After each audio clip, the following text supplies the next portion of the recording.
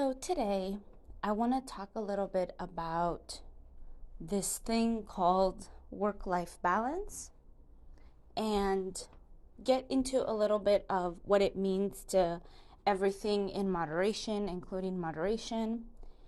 And this topic really inspired me because, so much of the media out there um, shows that we need to balance work and life, that there is such a thing as a balance, and that work is separate than regular life, which is very different than what I usually talk about, that work is a part of our lives, is not separate.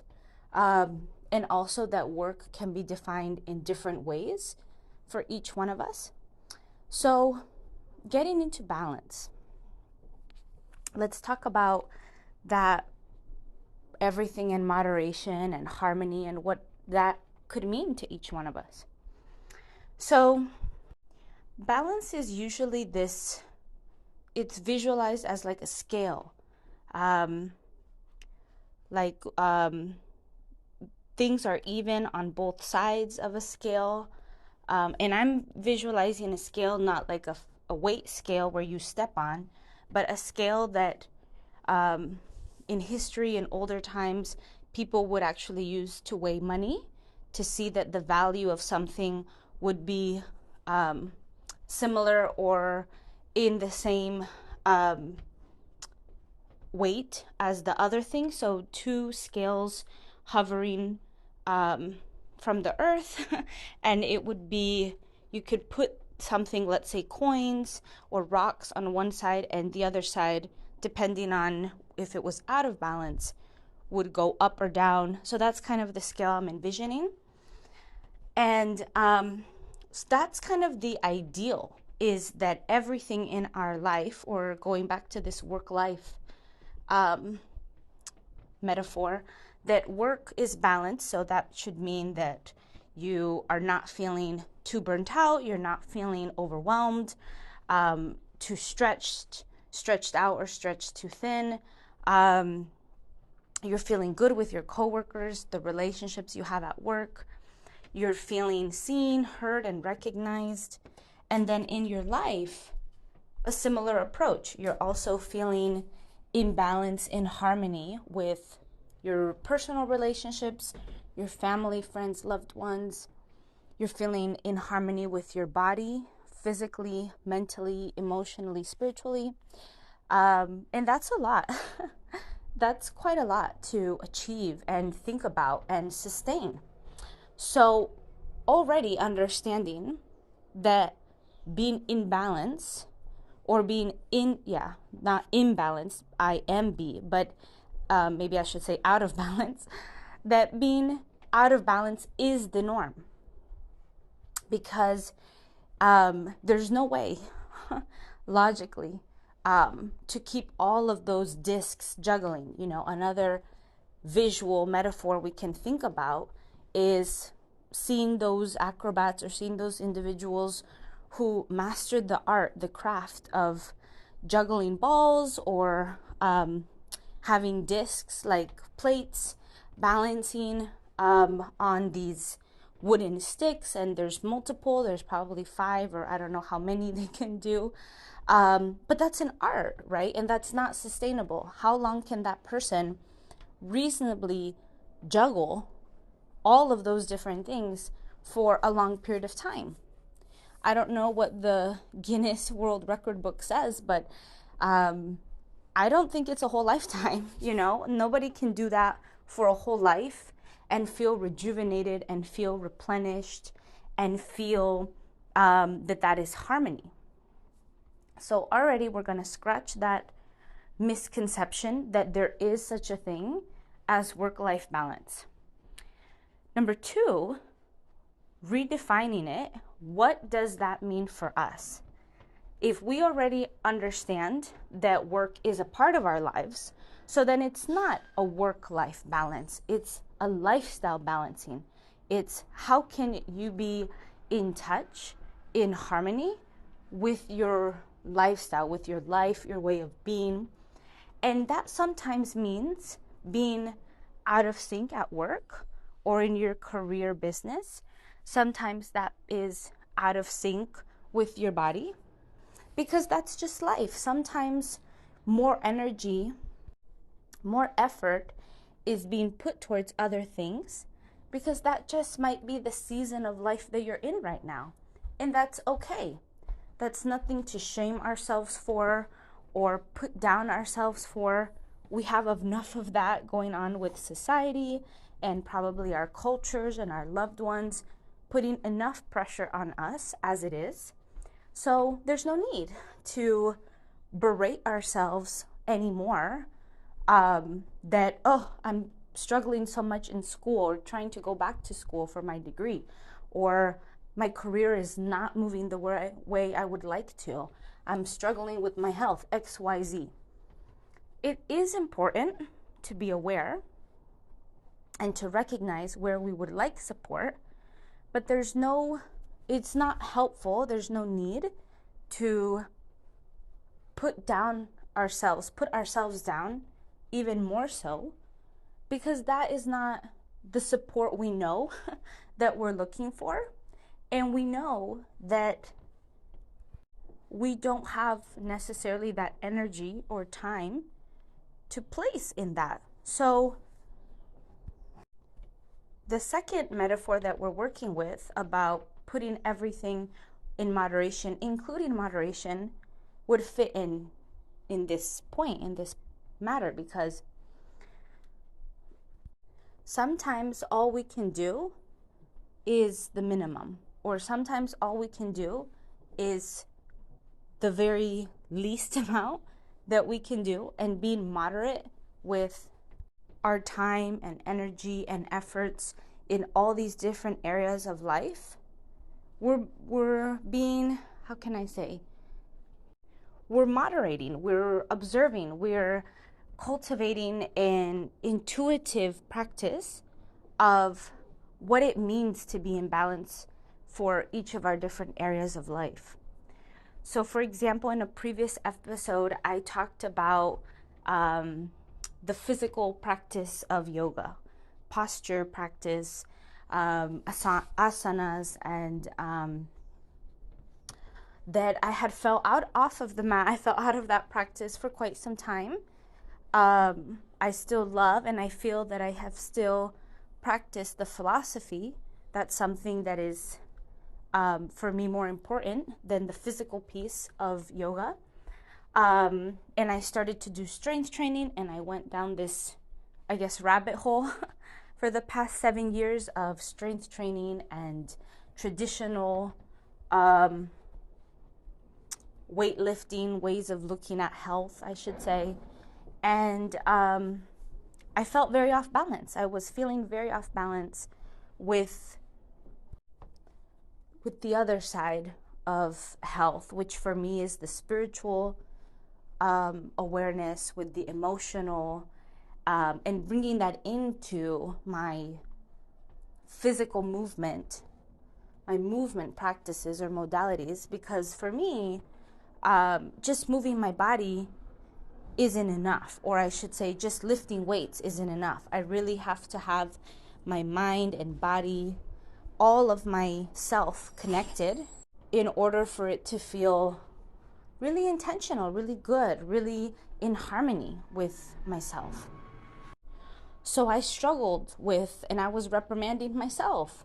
How come I'm not doing power yoga or vinyasa yoga? Why aren't I doing the physical practice of yoga? And just getting on myself about it for such a long time that it kind of deteriorated or pushed me away even more from it because of that belittling and that kind of hammering of my mental self-esteem. And it wasn't until I said, okay, I'm not really looking into that. Obviously, my body, my mind feels in some way or other burnt out from that. So let me just do what I can do. Let me be moderate. Let me be mindful. And I got into yoga nidra, and I took steps to get back into my yin yoga practice, not necessarily the power yoga and the intense style of physical practice, but starting where we can, being mindful that for some reason or other, that is what our bodies, our minds, our spirits, hearts are looking for, are needing. That is the most supportive and that is the most accurate thing. Sometimes what we think we're looking for, what our minds are visualizing, what we have internalized from our cultures and societies, that pressure is actually not what we need or is not what's helpful to us. Just like in the beginning when we were talking about work-life balance, what does that even mean? Is that even helpful? Because we know that it's not possible to balance all these things for such an extended amount of time and do it well, do all of the things well, and feel that we are honoring all parts of ourselves. That's very difficult. It's very challenging. And so there's no need to hold ourselves to that high regard, high expectation, because we are regarding our harmony. We are looking at how to be in balance. And recognizing, going back to the second point about moderation, that balance looks different for each one of us. At work, some of us really thrive on high pressure, high turnaround work styles. Some of us thrive on working independently. Some of us thrive in hybrid environments or really needing to be remote for whatever reason. But recognizing that balance and harmony is different for each one of us, and that there are stages of our lives, seasons within our lives that might require more or less energy, effort in different areas of our lives. That's okay. And we just need, the only work or the only piece that we might need to focus on is recognizing what area of our life, what season of our life we're currently in. Sometimes we do have to focus more on our relationships at work and relationships outside of work, because those relationships may be hurting us, might not be helping us get to our next step, create better harmony inside or outside of work. They might not be helping us live purposefully or intentionally or true to ourselves. And so sometimes that's when we do life coaching or therapy. And therapy might not just be speaking to someone, but it might be journaling. It might be walking more. It might be whatever nourishment, whatever type of medicine, hopefully that doesn't, with the intent that it doesn't harm you or another person, but something that is healing and something that helps you dive deep into those relationships that you're looking to harmonize. Sometimes there are seasons of our life where we do want to focus more on our physical body. Such was my case with the strength training. I've never been a sports inclined type person. I appreciate that competitive nature, and I can appreciate that there is a time and space for those things, and I can get quite rallied or very hyped up when I see sports and I see other people in their element. That's very satisfying. Like, that's awesome. But for me, I've never been that person in school. So there was the time of my life where I did want to be able to push myself, and I did run a 5K. I did try multiple martial arts. I took jujitsu classes. I took kung fu classes. I explored Tai Chi and Qigong. I did strength training. I got a certification in kettlebell. And I'm so proud of all of that, because that was the time where my body and my mind and all of the different parts of myself were all focused on these endeavors, on finding new ways of movement, being able to express myself using my body in a different way, learning to defend myself in another way, feeling confident, which was great. That was the time and place for that. There was a time and place to focus on my career. I job hopped for over 10 years. There was a time in my life where I had about 4 jobs a year, and I was trying them on like clothes. Each job offered a different opportunity, offered a different window, a different portal into a different way of living. And so I got to experience and experiment. Most importantly, experiment with different environments, different work cultures, all these things. And that was okay. So there are times and places in our lives where we focus on different things. There's different seasons. And so there's no need, again, to put this pressure on ourselves of we need to have work-life balance. We know that that's not a thing. We know that things should be moderated by us and that there are seasons to everything. And there are times, absolutely, where all the things come together and we can just float for a bit in our lifestyles, that everything has kind of come together in a way that is sustainable and is supportive. And sometimes it is just a matter of making few adjustments. And that, I would say, is the ideal. The intentional lifestyle that we're building is meant to be sustainable and is meant to be satisfying and affirmative and holistic, so that there are just tweaks, there are just adjustments meant to be made in maybe some or a few areas of our lives. And it's not just this constant overhaul or redirection, wiping the slate clean because we're directionless. That's what we're avoiding, or that's what we're trying to not repeat. So I wanted to make this quick episode about this myth of work-life balance and reiterate the power of moderation and redefining what harmony is for us. And most importantly, being able to come to peace, be at peace with the different seasons of our lives. Sometimes we're in multiple, in the Northern Hemisphere in the United States, we do have 4 seasons. So we see winter, summer, spring, fall. Are those the 4? Winter, summer, spring, fall. Yeah, okay. I was thinking in my math, I was like, is that 4? Okay. And when I was growing up in Florida, there was either hot or hotter. There was only 2 seasons. There was no fall or spring.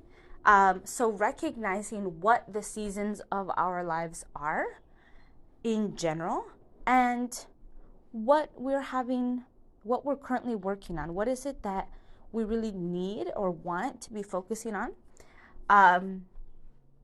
Because again, recognizing I wanted to get back into that physical hardcore in hot yoga or very power intensive yoga postures.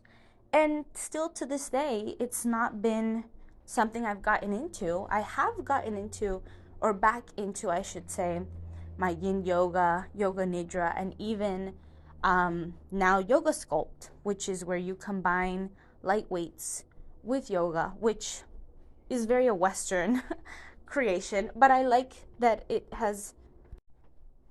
combines these 2 different things that I have fallen in love with. One was my first love, yoga, and the second being weight training. So we work with what feels right for us in what we're able to do, what's accessible to us, what is honoring that need, honoring that adjustment we're looking to do, hopefully in ways that are also nurturing, and that we're not just pushing ourselves, making drastic changes because we're trying to mold ourselves, change ourselves into something that is really not what that season of life wants for us. So I hope this was helpful. Please leave a comment, like, share this episode, and until next time, be well.